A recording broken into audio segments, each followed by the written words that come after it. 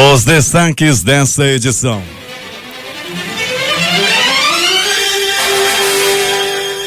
Mais 40 casos em uma semana. Sobe para 602 número de casos confirmados de sarampo em Manaus. Diese aponta a redução do preço da cesta básica em Manaus. Secretaria de Segurança Pública diz que mais de 2.600 mulheres já pediram medidas protetivas em caso de violência doméstica em 2018. Colégio Militar de Manaus deve permitir ingresso de alunos com deficiência, recomenda Ministério Público Federal. Fronteira do Brasil com a Venezuela é fechada após decisão judicial. Defesa de Lula desiste de recurso para tirá-lo da prisão para evitar discussão sobre candidatura. Sanções unilaterais dos Estados Unidos contra o Irã entraram em vigor nesta terça-feira. OAB aumenta a recompensa para quem der pistas do assassino de Armando Freitas. A agricultor é morto com tiro de espingarda na cabeça na BR-174. É o Jornal da Manhã que começa agora, 5h49.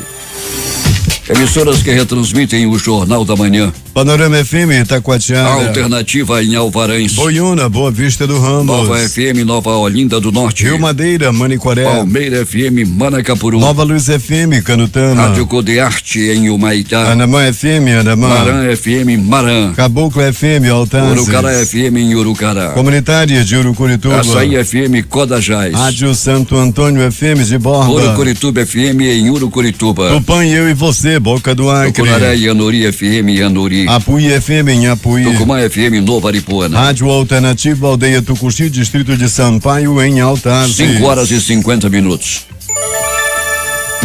Se é manchete, você ouve aqui. Jornal da Manhã, Rádio Difusora.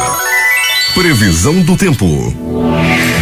Manaus já amanhece com 25 graus de temperatura e a máxima de hoje será de 34 graus. O Climatempo diz que é de 80% a probabilidade de chover 8 milímetros. A umidade do ar está em 74%. Os ventos estão calmos, com 7 km/h de velocidade. É terça-feira, 7 de agosto. Estamos chegando aos 219 dias do ano. Faltam 146 para terminar 2018. Dia de São Caetano. Entre sábado e segunda-feira, o Rio Negro baixou 14 centímetros. Seu nível em relação ao mar estava ontem em 27 metros e 52 centímetros. Começou na manhã desta segunda-feira o esquema de interdições para a realização de obras de recuperação da pista do Aeroporto Internacional Eduardo Gomes aqui em Manaus. A interdição iniciou às 4h55 e deve ir até às 10h55. Voos de companhias aéreas sofreram alterações. Antes da interdição, o aeroporto esteve aberto sem restrições nesta madrugada para pousos e decolagens. As interdições dos horários específicos ocorrem de segunda a sábado até o dia 20 de dezembro. Todos os voos previstos para esse intervalo foram remanejados e realocados para outros horários. Datas e fatos. Registros da história. 1879 é registrada a maior precipitação de neve no Brasil, quando a cidade gaúcha de Vacaria ficou coberta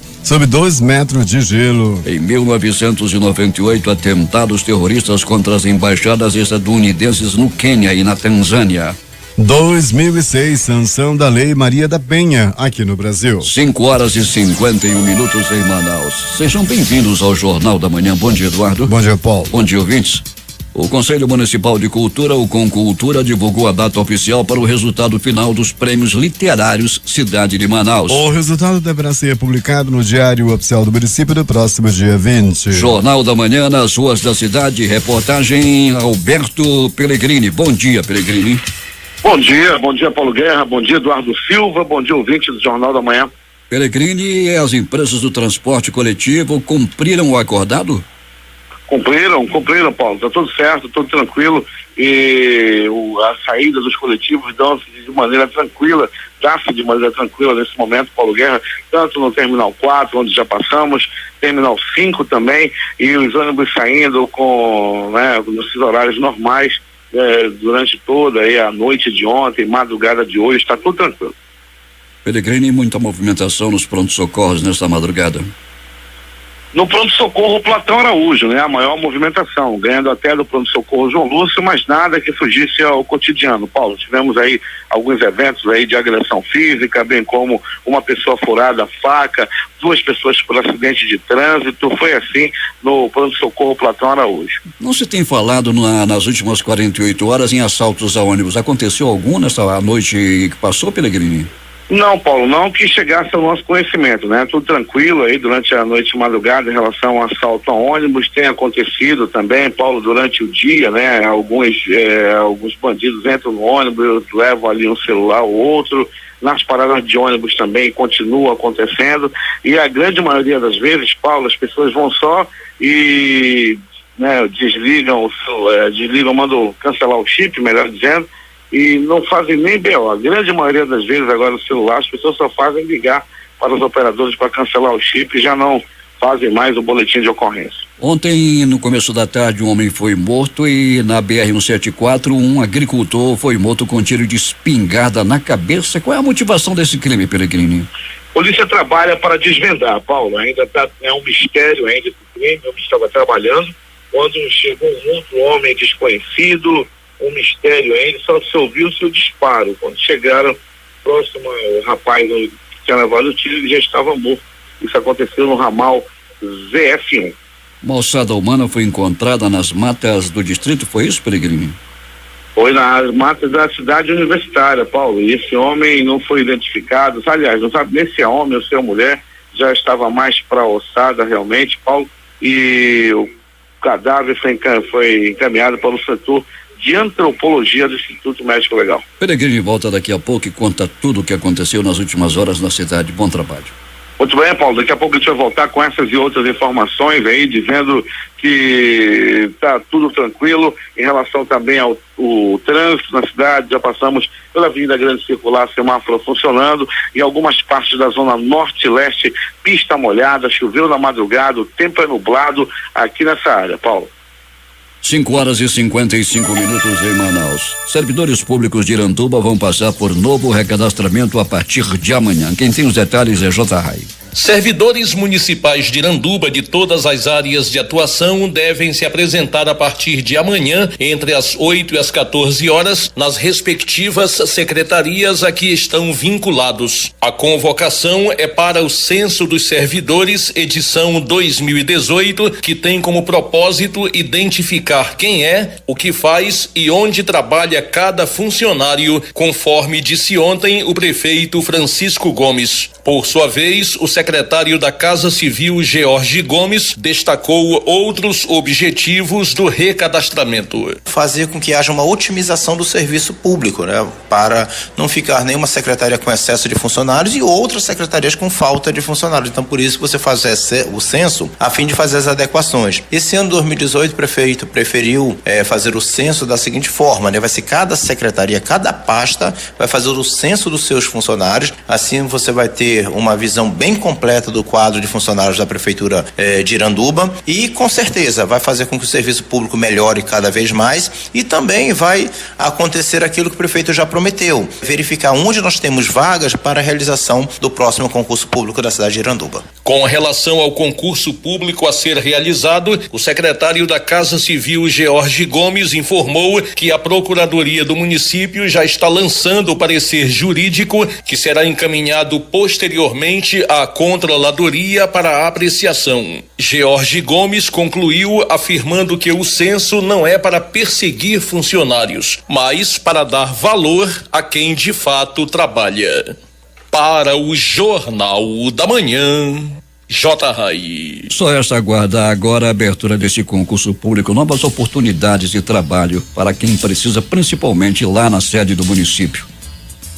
Quem retransmite o Jornal da Manhã? Web Rádio Circuito FM em Altazes. Voz Seis Irmãos, Porto de São Raimundo. Alternativa da Assembleia de Deus, Distrito de Sampaio, também Voz em Altazes. Ariaú. Voz Cabocla, Vila Rica de Caviana. Beruri, Josivã em Show Beruri. dos bairros Altazes. Voz Web Rádio em Maués. Voz da Esperança em Acajatuba. Comunitária da Colônia Antônio Aleixo. Portão em Amundá.web Rádio. Comunitária Nossa Senhora do Carmo na Vila do Jacaré. Voz Amiga Lago do Limão. Cultura do repartimento do Tuiué. Big Bom em Iranduba. Comunitária em Anguera, na Foz do Coromão, Distrito de Bob, e Voz da Liberdade em Boa Vista do Ramos.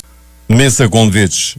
Os familiares do senhor Heraldo Guimarães Barreto convidam demais parentes e amigos para participar da missa de 7º dia de seu falecimento, a ser celebrada às 19 horas de hoje, na igreja de São Sebastião.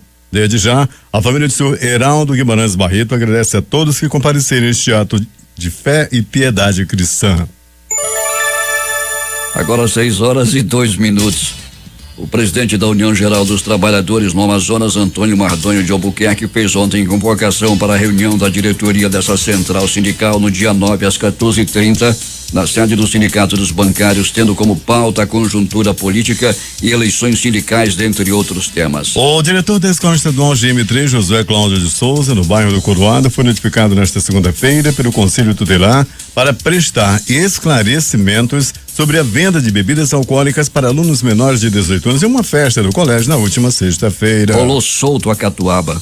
Os estudantes passaram mal após consumir as bebidas e alguns foram levados ao serviço de pronto atendimento da área. Além do gestor da escola, que foi afastado da função, mais 4 alunos também serão ouvidos pelo Conselho Tutelar da Zona Leste e um responsável pela região onde aconteceu o incidente. Cuidados e métodos para manutenção da segurança alimentar, boas práticas de manipulação e novidades do mercado são o foco do primeiro simpósio de higiene em serviços de alimentação e saúde, que acontecerá nesta quarta-feira de 14 às 22 horas na Faculdade Marta Falcão. O evento tem como objetivo enfatizar as regras da Agência Nacional de Vigilância Sanitária Anvisa no uso de produtos profissionais, abordar os riscos de contaminação dos usuários por meio das doenças transmitidas por alimentos, além de alertar para o uso incorreto de produtos domésticos nos processos de limpeza e de higienização. Chega a 100 milhões o prejuízo anual causado por furtos e roubos de combustíveis cometidos por piratas em rios do Amazonas. Segundo o Sindicato das Empresas de Navegação no estado do Amazonas, Sindarma, a principal suspeita é que o combustível seja usado para abastecer o garimpo ilegal de ouro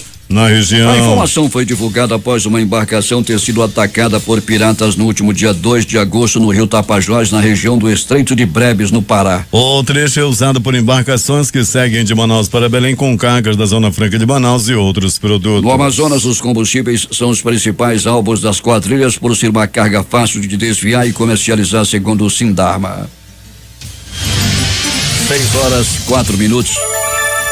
A partir de 2019, o Colégio Militar de Manaus não deve mais impedir o ingresso de aluno em razão de deficiência e deve ainda adaptar-se para o eventual atendimento de alunos que necessitem de atendimento educacional especializado. É o que recomenda o Ministério Público Federal no Amazonas, com base na legislação brasileira e em normas internacionais que protegem os direitos da pessoa com deficiência no Brasil. O caso que motivou a recomendação chegou ao conhecimento do Ministério Público Federal por meio de ofício encaminhado pelo Ministério Público do Estado, no qual relata que o aluno teve a matrícula negada pela instituição de ensino mantida pelo Exército Brasileiro em razão de sua deficiência. Ao ser questionada sobre o caso pelo Ministério Público Federal, a direção da escola alegou ausência de estrutura física e de pessoal para matrícula de pessoas com deficiência. Em outro documento obtido durante a apuração, datado de 2016, uma carta circulada à Diretoria de Educação Preparatória e Assistencial do Exército Brasileiro, a informação de que o planejamento para a inclusão de alunos com deficiência somente será finalizado em 2023 nas unidades de Manaus e de Belém. A conduta, de acordo com o Ministério Público Federal, descumpre frontalmente a Lei de Pessoas com Deficiência, a Lei de número 7.852/89, alterada pelo Estatuto da Pessoa com Deficiência, a Lei número 13.146 de 6 de julho de 2015, segundo as quais é crime punível com reclusão de 2 a 5 anos e multa recusar inscrição de aluno em estabelecimento de ensino de qualquer curso ou grau, público ou privado, em razão de sua deficiência. A Justiça Federal reafirmou em nova decisão referente à ação movida pelo Ministério Público Federal no Amazonas o caráter vinculante da consulta prévia livre e informada nos moldes previstos pela Organização Internacional do Trabalho antes de qualquer obra de grandes empreendimentos com potenciais impactos sobre as terras do povo Vaimiri-Troari, localizada na divisa entre os estados do Amazonas e de Roraima. Isso significa que esse tipo de empreendimento não demanda apenas a consulta prévia, mas também a necessidade de consentimento expresso daquele povo acerca da medida pretendida pelo Estado. A decisão determina ainda o cumprimento em até 90 dias de parte da liminar concedida anteriormente para obrigar a Fundação Nacional do Índio, FUNAI, e a União a adotarem as medidas necessárias para proteger os 21 locais sagrados do povo indígena indicados por eles próprios a partir de audiência realizada na sede da Justiça Federal em março deste ano. O número de inquéritos pedindo a concessão de medidas protetivas para mulheres vítimas de violência em Manaus cresceu 57,3% entre janeiro e julho deste ano, na comparação com o mesmo período do ano passado. Os pedidos protocolados na Justiça pela Polícia Civil por meio das 2 unidades da Delegacia Especializada em Crimes contra a Mulher alcançaram 2.602 mulheres que enfrentam situações de violência doméstica previstas na Lei Maria da Penha, que completa 12 anos nesta terça-feira. De janeiro a junho, a capital do Amazonas registrou 7.458 casos de violência doméstica, conforme dados da Secretaria de Segurança Pública. As situações envolvem principalmente crimes como injúria, lesão corporal e vias de fato. No período também foram registrados 19 estupros, 14 casos de sequestro e cárcere privado e um caso de feminicídio. 6h07 em Manaus. Aproximadamente 3 milhões serão investidos em ações contra a propagação da malária aqui em Manaus. O anúncio foi feito pela Prefeitura nesta segunda-feira. Na capital já foram registrados 3.992 casos somente no primeiro semestre deste ano. O número representa um aumento de 13% em relação ao mesmo período do ano passado. Diferente do sarampo, que concentra a maior quantidade de casos na zona norte de Manaus, a malária tem mais registros nas zonas rural, leste e oeste da cidade. O combate à malária em Manaus será feito de casa em casa, principalmente nas áreas rurais, onde é mais forte a presença da doença. O incremento das ações foi anunciado na base de endemias do bairro União da Vitória pelo prefeito Arthur Vigílio, que fez um apelo à população para que recebam as equipes de combate à malária e procurem os postos de atendimento para outra campanha que também se iniciou ontem, a de vacinação contra a poliomielite. A malária, ela havia crescido 13%. Nós temos, portanto, que ir contra esse prejuízo e reverter isso para uma situação melhor, uma situação favorável. É um apelo que eu faço a todos os pais que procurem, aceitem a visitação do nosso pessoal e que procurem as unidades básicas de saúde para nós podermos dar as respostas que são aquelas de garantir uma vida saudável, e vamos enfrentar organizadamente, de casa em casa, de bairro em bairro. Nós vamos realmente cuidar desses episódios com muita dedicação. Vamos comprar cerca de 30 mil mosquiteiros, 24 automóveis que vão ficar à disposição da campanha contra a malária. Agora 6h09.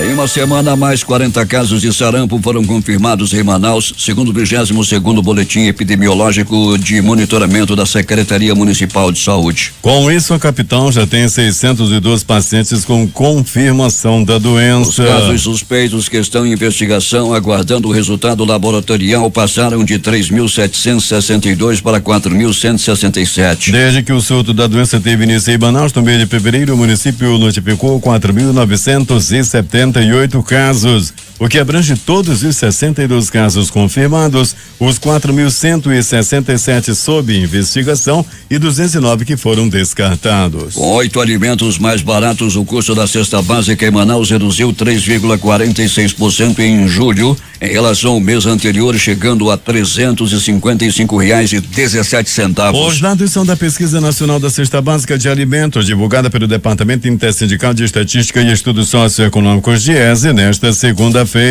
Em junho, o custo da cesta de alimentos básicos da cidade foi de R$367,89, uma diferença de R$12,72 em comparação com o preço da cesta em julho. No ranking das 20 capitais onde a pesquisa é aplicada, Manaus apresentou o 7º menor preço da cesta básica. O trabalhador manauara, cuja remuneração equivale ao salário mínimo, precisou cumprir jornada de trabalho em julho de 81 horas e 55 minutos, menor do que em junho, 84 horas e 50 minutos. Em julho de 2017, a jornada era de 84 horas e 52 minutos. Em julho de 2018, o custo da cesta básica em Manaus comprometeu 40,47% do salário mínimo líquido após os descontos previdenciários. Em junho, o percentual exigido era de 41,92%, em julho de 2017 de 41,93%. O custo da cesta básica para o sustento de uma família de 4 pessoas, 2 adultos e 2 crianças, sendo que estas consomem o equivalente a um adulto, foi de R$1.065,51 durante o mês de julho deste ano. Os produtos que tiveram redução de preços foram a banana, menos 9,90%, o tomate, menos 8,01%, o açúcar refinado, menos 7,28%, feijão carioquinha, menos 4,72%. A farinha de mandioca, menos 4,27%. O óleo de soja, menos 3,81%. A manteiga, menos 3,25%. E o café em pó, menos 2,46%. Polícia.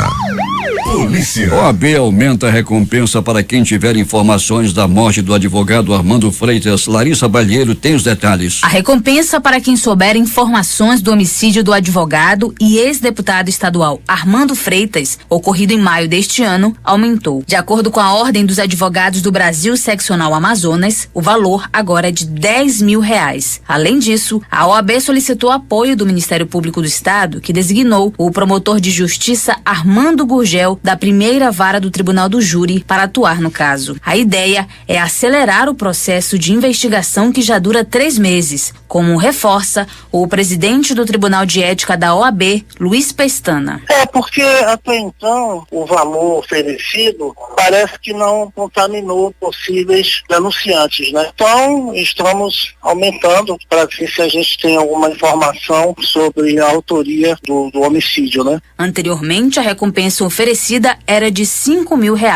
Armando Freitas foi assassinado com 3 tiros enquanto estava em casa no bairro da Glória. A polícia chegou a divulgar as imagens do suspeito entrando na residência do advogado e um retrato falado chegou a ser apresentado, mas de acordo com os familiares, o caso continua parado na delegacia especializada em homicídios e sequestros. O Dr. Luiz afirma que a OAB vai buscar todas as alternativas para desvendar o crime. Será direitos humanos, será qualquer vetor, qualquer lugar que nós possamos mexer para que seja descoberta a autoria desse homicídio. Não pode ficar impune esse crime. Quem tiver qualquer pista ou informação sobre a localização dos suspeitos deve ligar para o Disque Denúncia da Delegacia de Homicídios em 991844434 ou ainda pelo número 181 da Secretaria de Segurança Pública do Amazonas. O sigilo da fonte é assegurado. Essas outras notícias você também acompanha no portal difusora24h.com. Eu sou Larissa Balheiro para o Jornal da Manhã. 6h17. Antes de passar para o Peregrini, um ouvinte está indagando aqui se temos notícias sobre o estado de saúde das vítimas de um acidente ocorrido ontem na Silves por volta das 12h30, envolvendo um militar do Exército, um batedor e um pedestre. Alberto Peregrini. Muito bem, Paulo Guerra, que a nossa ouvinte procure a assessoria dos pronto-socorros da cidade, que com certeza ela terá uma informação. 28 de agosto, Platão Araújo ou pronto-socorro João Lúcio. Mas, Paulo Guerra, assalto a ônibus à noite de ontem. Até ainda há pouco, Paulo Guerra, você me perguntava e eu não tinha informação de assalto, até que recebemos a informação do sargento César Torres, lá da 26ª SECOM. Um assalto aconteceu, Paulo Guerra, à noite de ontem, a linha de número 358. Essa ocorrência foi atendida no 18º DIP. Bandidos entraram no ônibus, Paulo Guerra, anunciaram, fizeram assalto, levaram os celulares dos passageiros e ganharam as matas.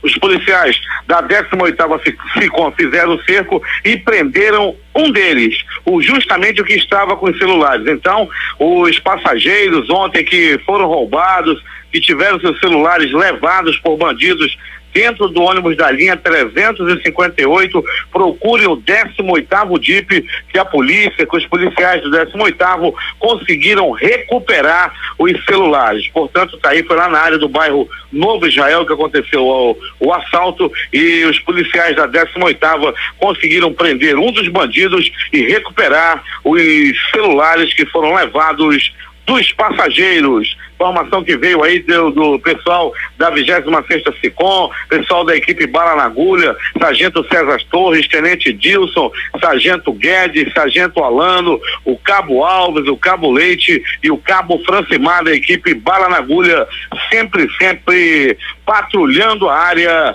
da zona norte da cidade. Mas Paulo Guerra e ouvintes do Jornal da Manhã, pronto socorro 28 de agosto, uma pessoa deu entrada vítima de agressão física, apanhou a murros, chutes, socos e pontapés. As primeiras informações dão conta de que esse homem estava roubando naquela área. Antes da polícia chegar, ele foi massageado pela população e levado ao pronto-socorro Platão Araújo, onde, né, passou aí por curativo, teve ferimentos leves e logo depois foi levado à delegacia. Pronto socorro Platão Araújo, continuando, uma pessoa deu entrada, vítima de queda de moto. Esse acidente aconteceu por volta de 16h30 nas proximidades da Avenida Itaúba, rotatória do bairro de Jorge Teixeira. Esse homem deu entrada e logo depois, 2 horas depois, após passar por exames, tomar alguns medicamentos, ele foi liberado. Pronto socorro João Lúcio, no Gigante da zona leste da cidade. Um homem deu entrada vítima de facadas pelo corpo. As primeiras informações dão conta de que ele deu entrada por volta de 22h30. Esse homem, as informações dão conta também que era metido com o tráfico de drogas. Ele também gostava de usar bagulho. Outro que deu entrada no pronto-socorro foi um elemento conhecido como Jones. O Jones já é um famoso usuário de drogas, é um sujeito já acabado pelo consumo do álcool e pelo consumo de entorpecentes. Ele deu entrada no pronto-socorro João Lúcio, cheio de tatuagem, todo pichado, estilo galeroso, usuário de drogas. E quem usa drogas, você já sabe, né? Fica todo acabadão, todo lascado, e assim ele deu entrada no pronto-socorro João Lúcio, esse homem conhecido como Jones, famoso por ser usuário de drogas. E mais, Paulo Guerra e ouvintes do Jornal da Manhã, o homem deu entrada no pronto-socorro 28 de agosto, vítima de atropelamento. Ele foi atropelado na área central da cidade. Deu entrada no pronto-socorro 28 de agosto, onde foi, diga-se de passagem, muito bem atendido e posteriormente, após passar por exames, tomar aquelas famosas injeções, Deus me livre, ele foi liberado. É agora. As notícias do Instituto Médico Legal. Saiba agora quem foi para a pedra nas últimas 24 horas. E atenção, Paulo Guerra e ouvintes do Jornal da Manhã, atenção! Ontem nós já falávamos de um adolescente que foi morto por agressão física, pauladas, lá na área da zona norte da cidade, mais precisamente ali no bairro de Jorge Teixeira, na rua Paranacaxi. Ontem nós não tínhamos a identidade, mas trata-se do Caiúbe Oliveira Carvalho, de 16 anos. Ele morreu quando estava caminhando para a igreja onde congregava. O jovem foi vítima de latrocínio. Os bandidos o mataram para levar o celular. Os criminosos bateram bastante no rapaz que se recusou a entregar o celular. O Caiúbe era aluno da escola da Polícia Militar, o CMPM 4, localizado no bairro Grande Vitória. Apesar de ter apenas 16 anos, ele já estava no 2º ano do ensino médio, aluno aplicado e adiantado nos estudos, aluno do Colégio da Polícia Militar, que morreu na mão de bandidos, que morreu na mão de traficantes na cidade de Manaus. É mais uma pessoa de bem que morre na mão de bandidos, e a nossa cúpula da segurança precisa tomar uma providência urgente. O negócio não tá fácil em negócio de roubar celular, paradas de ônibus, centro da cidade, nos bairros. Não tem um local bom que você diga, aqui é bom de passear, aqui é bom de morar. Manaus está dominada por bandidos. É agora as notícias do Instituto Médico Legal. Saiba agora quem foi para a pedra nas últimas 24 horas. E atenção! Afogamento aconteceu no Rio Preto. No Rio Preto, o homem acabou se afogando. Paulo Guerra, por volta de 16 horas. Esse rapaz tinha apenas 17 anos e morreu afogado no Rio Preto da Eva. Outra morte, e essa aconteceu no ramal ZF1. O homem que estava trabalhando na lavoura acabou sendo assassinado com um tiro de espingarda na cabeça. As primeiras informações ainda são muito desencontradas. Ninguém quer falar sobre o caso, que ainda é tratado como mistério. Uma ossada humana foi encontrado no ramal da cidade universitária. O corpo já estava esqueletizado. Foi encontrado e a polícia foi acionada e posteriormente o Instituto Médico Legal foi até o local e fez a remoção da ossada. Um cadáver foi encontrado no bairro Colina do Aleixo. Um homem que foi morto com 5 tiros espalhados pelo corpo estava lá naquela área do bairro Colina do Aleixo. A polícia foi acionada, perícia técnica científica esteve no local, bem como o carro-tumba do Instituto Médico Legal, que foi usado para fazer a remoção do corpo. Paulo Guerra e ouvintes do Jornal da Manhã, o Instituto Médico Legal realizou nas últimas 24 horas 54 exames de corpo de delito. E essas foram as notícias da noite e madrugada. A reportagem foi de Alberto Pellegrini para o Jornal da Manhã. A propósito da informação que recebemos de um ouvinte sobre um acidente acontecido na Silves envolvendo um batedor do Exército e um pedestre, a informação é de que o batedor veio a óbito no hospital, segundo informa aqui um ouvinte. Interagindo com os ouvintes através das redes sociais, o Evandro Pereira faz um comentário pertinente. Ele diz que aqui em Manaus os carros coletores de lixo estão liberando chorumes no meio das ruas e pede fiscalização, é verdade.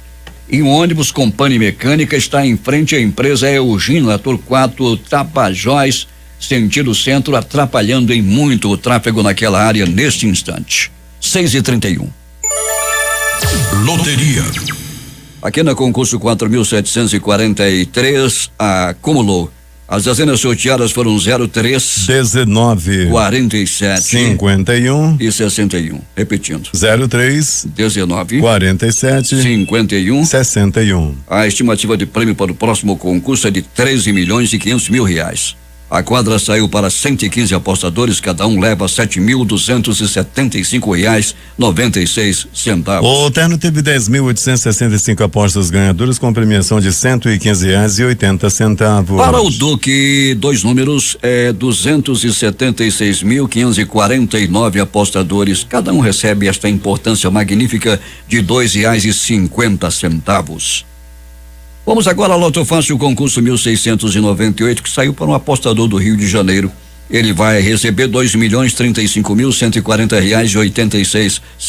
Com 14 acertos, foram 337 apostas ganhadoras com premiação individual de R$1.858,15. Nesse concurso 1698 da Loto Fácil, as dezenas sorteadas foram estas: 02, 03, 04, 05, 08, 09, 13, 14, 16, 18, 19, 20, 21 22 e 25.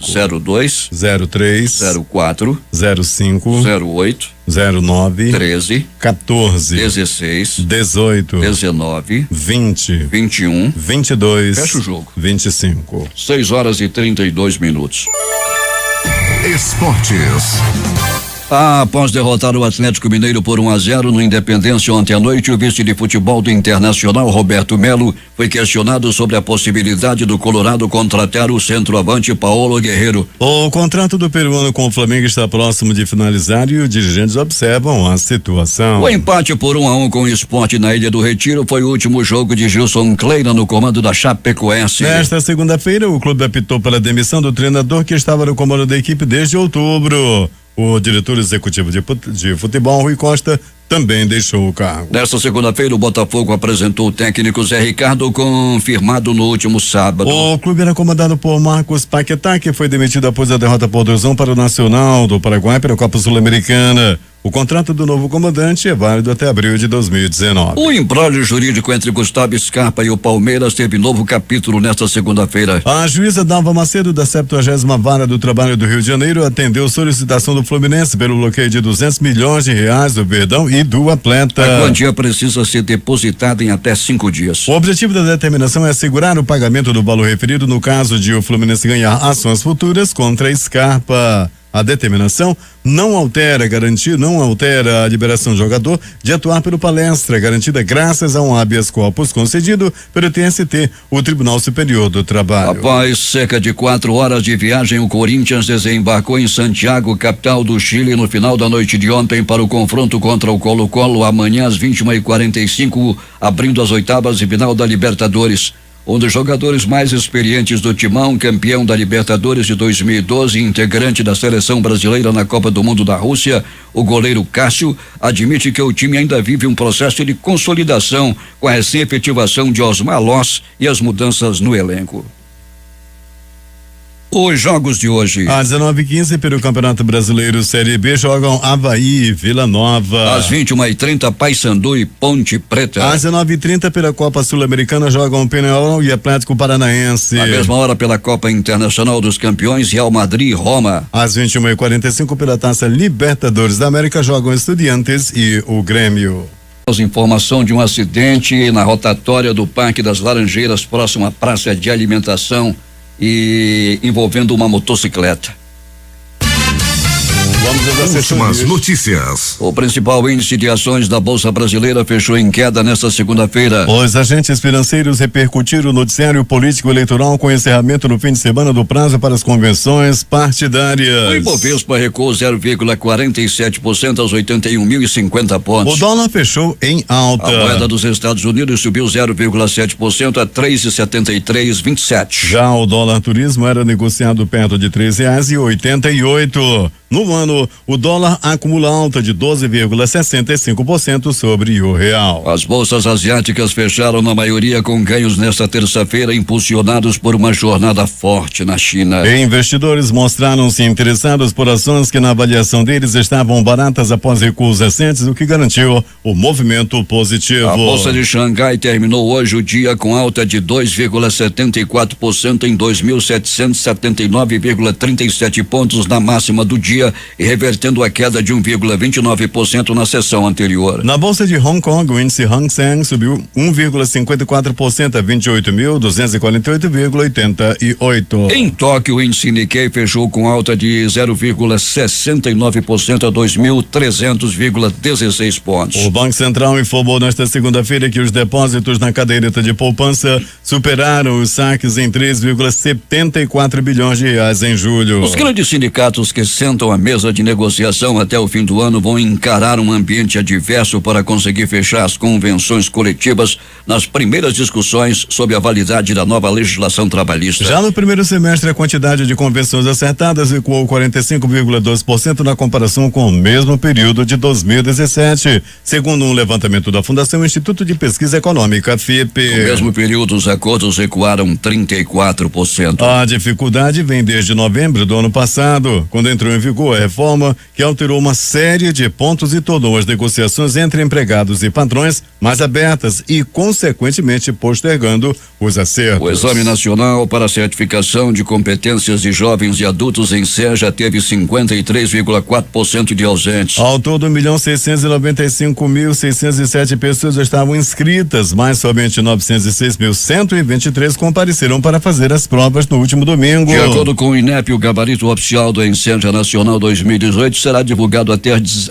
o dia 17 de agosto. O ministro da Educação, Rocieli Soares da Silva, afirmou nesta segunda-feira que o Exame Nacional do Ensino Médio, o ENEM, deve seguir um novo formato em 2020. A declaração foi dada durante debate no Congresso Internacional de Jornalismo de Educação lá em São Paulo. Segundo Rocieli, o ENEM acompanhará as mudanças estabelecidas pela Base Nacional Comum Curricular do Ensino Médio, documento que estabelecerá um currículo mínimo para essa etapa de ensino. O ENEM não deve ser o norte do ensino ensino médio. É um exame de entrada para a universidade. Vai se adaptar à base, disse o ministro. A fronteira do Brasil com a Venezuela foi fechada ontem à tarde, informou a assessoria da Polícia Rodoviária Federal em Roraima. O bloqueio para que venezuelanos ocorre após decisão da Justiça Federal local suspender a entrada deles no Brasil pela fronteira. O acesso só está sendo restrito a venezuelanos que querem ingressar no país, informou a Polícia Rodoviária Federal. O fechamento foi efetuado por volta das 17 horas e é feito pela Polícia Federal, Polícia Rodoviária Federal e agentes da Força Nacional de Segurança. A ministra Rosa Weber, do Supremo Tribunal Federal, rejeitou um pedido do governo de Roraima para fechar a fronteira do estado ou limitar a entrada de venezuelanos aqui no Brasil. A decisão da ministra, contudo, não revoga a determinação do juiz Helder Girão Barreto da primeira vara da Federal de Roraima. Terminou no começo da noite passada a audiência pública convocada pela ministra Rosa Weber do Supremo Tribunal Federal para elaborar relatório do julgamento da ação que visa declarar inconstitucionais os artigos 124 e 126 do Código Penal que criminalizam a prática do aborto. A arguição de descumprimento de preceito fundamental, a ADPF 442, foi apresentada pelo PSOL e descriminaliza mulheres que façam a interrupção voluntária da gestação até a 12ª semana da gravidez. Caso o julgamento acolha a ação, a equipe médica envolvida no procedimento também não poderá ser punida. Não há prazo para Rosa Weber apresentar o seu parecer. No encerramento da audiência, a ministra declarou que o próximo tempo é de reflexão. A ministra não costuma atender a imprensa e não respondeu perguntas sobre eventual data de julgamento. 6h45. O ministro Gilmar Mendes, do Supremo Tribunal Federal, mandou arquivar o inquérito que investigava o deputado federal Beto Mansur, MDB de São Paulo, um dos vice-líderes do governo na Câmara. Mansur era investigado em um desdobramento da Operação Lava Jato pelo suposto recebimento de valores da empreiteira Odebrecht sem declaração na Justiça Eleitoral. As eleições 2018 terão 7 candidatos à presidência da República com um padrão Enéas de propaganda, ou seja, com menos de 15 segundos para pedir votos em cada bloco do horário eleitoral fixo. Um deles é o deputado Jair Bolsonaro, do PSL, líder nas pesquisas, no cenário em que o ex-presidente Luiz Inácio Lula da Silva, do PT, condenado e preso na Operação Lava Jato, não é incluído. Também estão nessa situação Guilherme Boulos, PSOL, Cabo Daciolo, Patriota, José Maria Emael, do DC, Vera Lúcia, PSTU, João Goulart Filho, PPL e João Amoedo, do Novo. O tucano Geraldo Alckmin, por formar a coligação que elegeu mais deputados na eleição anterior, terá a maior fatia, cerca de 5 minutos e meio em cada bloco de 12 minutos e 30 segundos. A seguir, vem Lula, 12 minutos e 20 segundos, e o ex-ministro da Fazenda, Henrique Meirelles, do MDB, com quase 2 minutos. A defesa de Luiz Inácio Lula da Silva desistiu ontem de um recurso no Supremo Tribunal Federal com o qual tentava suspender a pena de prisão do ex-presidente até que a condenação seja analisada pelas instâncias superiores. Em junho, o ministro Edson Fachin, relator do caso, negou conceder uma liminar, uma decisão provisória, para suspender a prisão e pediu que a defesa esclarecesse por qual razão primeiro mencionou a questão da inelegibilidade de Lula no pedido e depois reivindicou a retirada do tema do recurso. A defesa protocolou o pedido de desistência nesta segunda-feira, afirmando que diante da confusão entre o pedido inicial da suspensão da pena e a discussão em torno dos direitos políticos imprevistamente colocada, desiste totalmente desse recurso. Segundo os advogados, a defesa fará agora um aprofundamento sobre fatos novos que eventualmente podem vir a ser colocados em um futuro pedido. A decisão da defesa de Lula de recuar do pedido de liberdade teve um componente pragmático. A avaliação do PT é que haveria dupla derrota no plenário do Supremo Tribunal Federal. Além de o pedido de liberdade poder ser negado, o debate sobre a inelegibilidade seria antecipado. Para evitar o risco, houve a avaliação política de que neste momento Lula correria um risco desnecessário. Os apoiadores do presidente da Venezuela, Nicolás Maduro, se reuniram no centro de Caracas esta segunda-feira para defendê-lo depois de ataques de drones que o governo classificou como uma tentativa de assassinato, mas o líder socialista surpreendeu a multidão ao não comparecer ao evento. As autoridades francesas abriram uma investigação depois que um drone sobrevoou o forte de Brégançon, na região sudeste do país, onde o presidente Emmanuel Macron passa férias, informou o Palácio do Eliseu. O chefe de Estado chegou na sexta-feira com a esposa ao Forte de Brégançon, residência de verão dos presidentes franceses no mar Mediterrâneo. O presidente da direita, Ivan Duque, assume nesta terça-feira seu mandato de 4 anos como presidente da Colômbia, em meio a uma série de desafios que terá de enfrentar. Com 42 anos, o ex-senador sucederá a Juan Manuel Santos, que depois de 8 anos de mandato deixa um país em uma difícil transição para a reconciliação com a já ex-guerrilha das Farc, com os cultivos de coca batendo recordes, 209 mil hectares, e uma campanha de assassinatos seletivos contra ativistas sociais e de direitos humanos. Os Estados Unidos retomaram nesta terça-feira sanções unilaterais contra o Irã, que estavam suspensas desde a histórica assinatura do acordo multilateral firmado com Teherã, que o presidente Donald Trump descartou no mês de maio. As duas primeiras rodadas de sanções entraram em vigor às 4h01, afetando transações financeiras, importações de matérias-primas, o setor automotivo e a aviação comercial. Sanções mais duras dos Estados Unidos, mirando o setor de petróleo do Irã, estão previstas para o mês de novembro. Na semana passada, o presidente norte-americano afirmou estar disposto a encontrar o presidente do Irã, mas Hassan Rouhani disse na segunda-feira que não faz sentido os Estados Unidos convidaram para negociações ao mesmo tempo em que estabelece novas sanções ao país asiático. Os principais jornais do país e seus destaques de capa nesta terça-feira. O Globo do Rio de Janeiro. Com medo de ter candidatura impugnada, Lula desiste de pedido de liberdade. Folha de São Paulo. Juíza nega pedido do PT para que Lula participe de debate. O Estado de São Paulo. Rosa Weber nega pedido para fechamento da fronteira do Brasil com a Venezuela. Planalto Central, capital da República, Correio Brasiliense. Polícia cumpre mandado de busca e apreensão na Secretaria de Fazenda do Distrito Federal. Valor econômico. Poupança registra a maior captação líquida para julho desde 2014.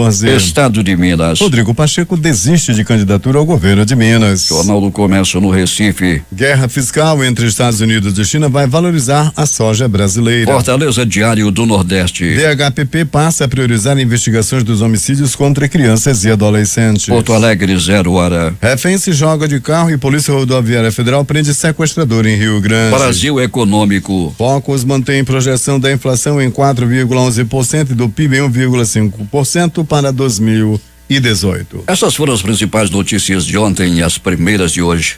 Termina aqui o Jornal da Manhã. Participaram desta edição reportagens Alberto Pellegrini, a operação de áudio foi de Itamar Jardina e Hamilton Cabral. A apresentação Eduardo Silva e Paulo Guerra.